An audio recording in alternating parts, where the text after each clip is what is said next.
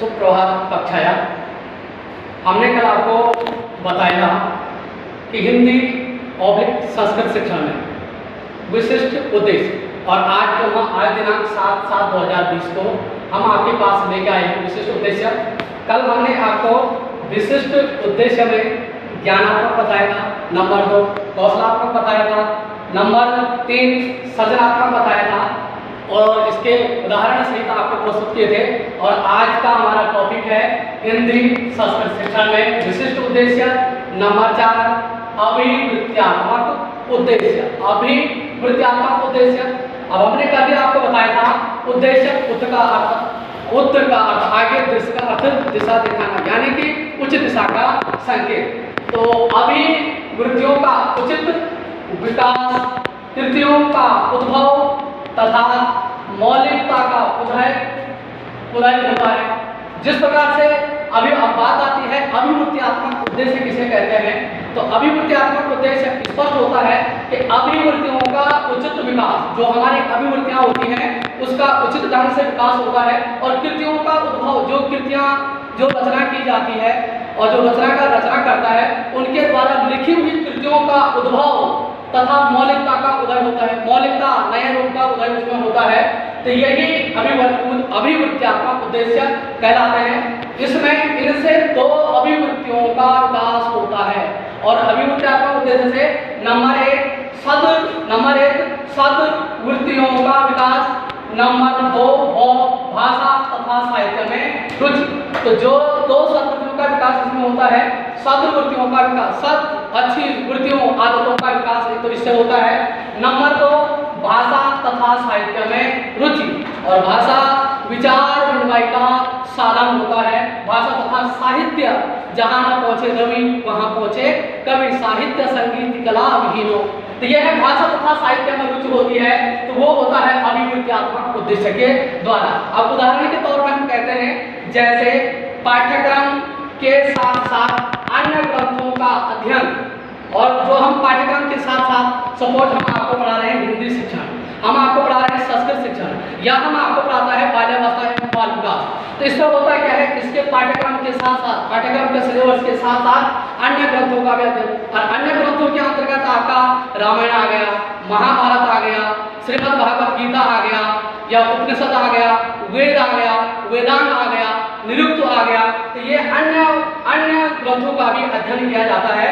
Number 2 दूसरी बात आती है उदाहरण में विद्यार्थियों में रुचि का उत्पादन, और विद्यार्थियों में हमेशा रुचि का उत्पादन, विद्यार्थी स्वयं रुचि ले सके, और इसमें शिक्षण कार्य में भी चाहिए कि विद्यार्थी में रुचि का विकास हो सके। और वो रुचि किस प्रकार आएगी, वो टीचिंग स्किल के द्वारा आती है, शिक्षण प्रक्रिया के द्वारा विद्यार्थियों में रुचि आती है। अब इसके बाद आता है बौद्धात्मक, और बौद्धात्मक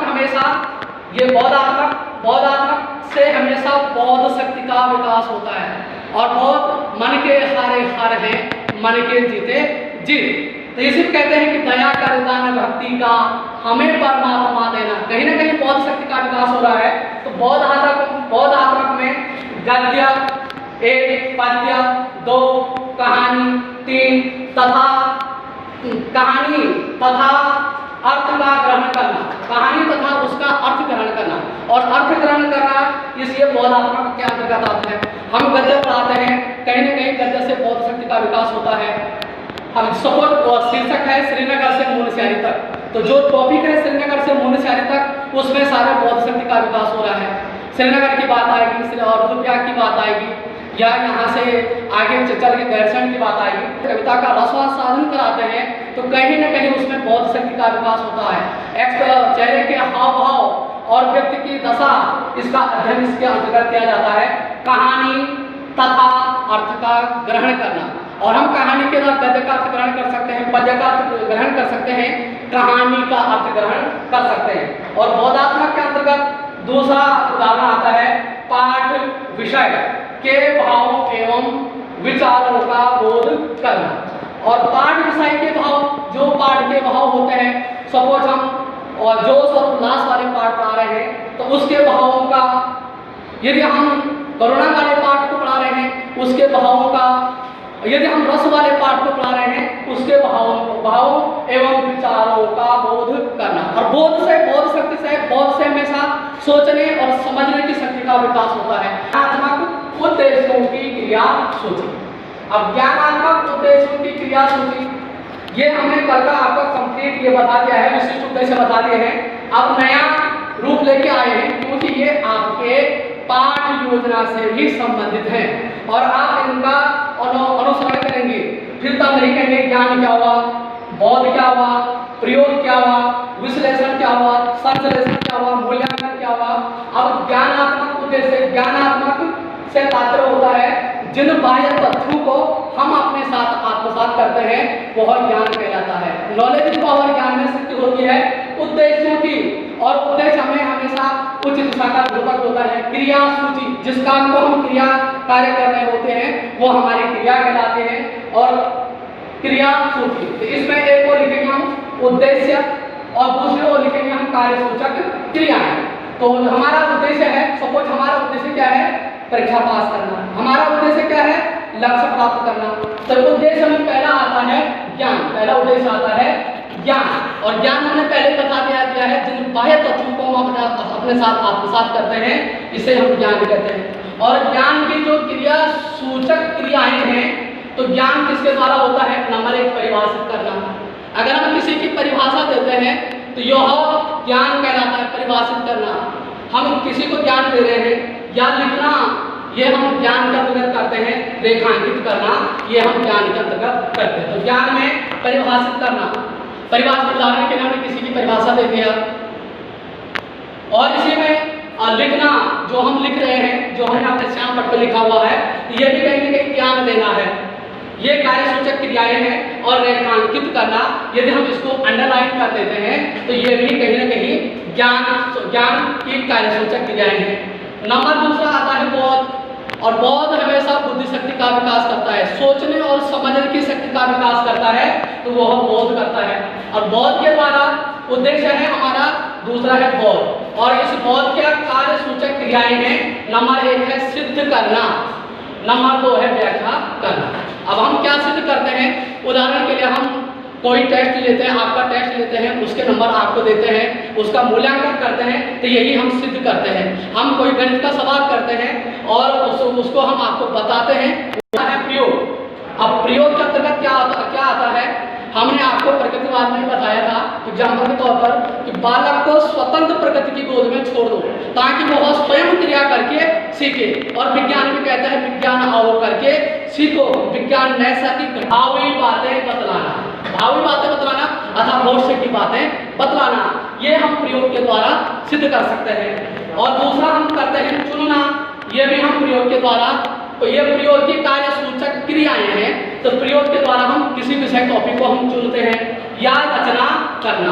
अब हम कोई भी कविता लिखते हैं तो या हम जो करना, हम किसी भी विषय का प्रयोग करते हैं तो ये भी प्रयोग की कार्य सूचक क्रियाएं कहलाती हैं।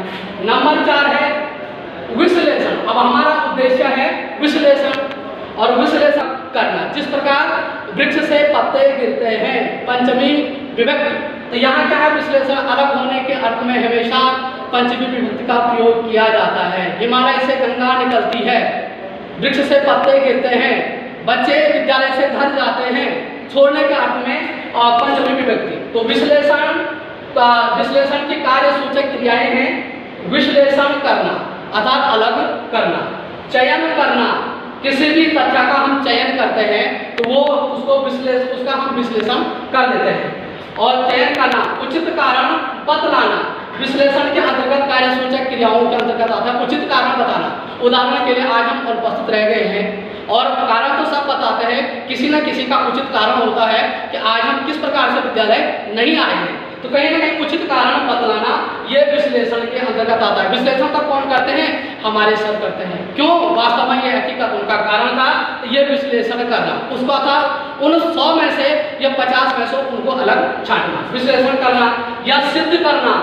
हम जिस बात को करना चाहते हैं ये भी विश्लेषण के द्वारा आता है, कार्य सूचक क्रियाएं सिद्ध करना या पृथक करना, अलग करना, हल निकालना, हल करना, ये भी विश्लेषण के अंतर्गत आता है। निष्कर्ष निकालना, किसी भी बात का निष्कर्ष निकालना, बहुत सारी बातें हो जाती है, 10, 20, 25 बात आती है और उसका निष्कर्ष निकालना अर्थात उसको अलग करना सही क्या है, ये विश्लेषण के अंतर्गत आता है। तुलना करना, एक दूसरे की तुलना करना, अर्थात अधिगम और शिक्षण की तुलना करना। अधिगम क्या है और शिक्षण क्या है, ये तुलना करना, ये विश्लेषण की कार्यसूचक क्रियाएं हैं। या आलोचना करना, ये विश्लेषण की कार्यसूचक क्रियाएं हैं। या भेद करना, तो उसका भेद बताना, अंतर करना। तो ये बात की हमने विश्लेषण की कार्यसूचक क्रियाएं। अब आता है नंबर 5वां उद्देश्य संश्लेषण। और संश्लेषण की जो कार्यसूचक क्रियाएं हैं ये है मिलाना। तो मिलाना, संश्लेषण का अर्थ होता है जोड़ना। संश्लेषण का अर्थ जोड़ना, सब परिवार एक साथ एकत्रित है, जोड़ना। समाज पूरा एकता के सूत्र में बंधा हुआ है, तो ये संश्लेषण से तात्पर्य होता है जोड़ना। ये सिर्फ समझाने के लिए है, जोड़ना। तो संश्लेषण की जो कार्यसूचक क्रियाएं हैं इसमें है मिलाना। तो मिलाना का अर्थ मेल मिलाप, ये संश्लेषण कहलाता है। सिद्ध करना, ये अब आपको उदाहरण में सिद्ध करना हर जगह आ रहा है क्योंकि ये कार्यसूचक क्रियाएं हैं। सिद्ध करना, सिद्ध हम ये बात सिद्ध कर चुके हैं कि हम एकता के सूत्र में बंधे हैं। तो संश्लेषण की कार्यसूचक क्रियाएं सिद्ध करना। चुनना भी यहाँ कहीं और जगह भी आएगा, तो ये कार्यसूचक क्रियाएं हैं। दोबारा वर्णन करना, तो संश्लेषण की कार्यसूचक क्रिया है दोबारा वर्णन करना। आपके ये लेसन प्लान से संबंधित बिंदु हैं ताकि आप उन बातों को बार बार न पूछें कि इसका आगे क्या बनता है। संश्लेषण का दोबारा वर्णन करना। वाद विवाद करना, ये भी संश्लेषण का की कार्यसूचक क्रिया है। सपोज कहीं पे आपकी समझ में नहीं आता है, आप प्रश्नोत्तर करते जगह तो नहीं दी। नंबर 6 है मूल्यांकन, ज्ञानात्मक उद्देश्यों की क्रिया सूची। नंबर 1 हमने ज्ञान बताया, उद्देश्य। नंबर 2 बोध बताया। नंबर 3 प्रयोग बताया। नंबर 4 विश्लेषण बताया। नंबर 5 संश्लेषण बताया। नंबर 6 है मूल्यांकन। तो मूल्यांकन से तात्पर्य होता है मूल्यधन अंकन, मूल्यांकन कहते हैं। और मूल्यांकन के अंतर्गत क्या होता है, निर्णय करना, 1 सहारा देना, 2 सिद्ध करना, 3 मूल्यांकन करना, 4 बचाना, 5 त्याग करना, 6 निश्चय करना, दावा करना और चुनना। तो ये मूल्यांकन की कार्यसूचक क्रियाएं हैं। तो धन्यवाद। पुनः अगले वीडियो के साथ कल उपस्थित होते हैं। नमस्कार।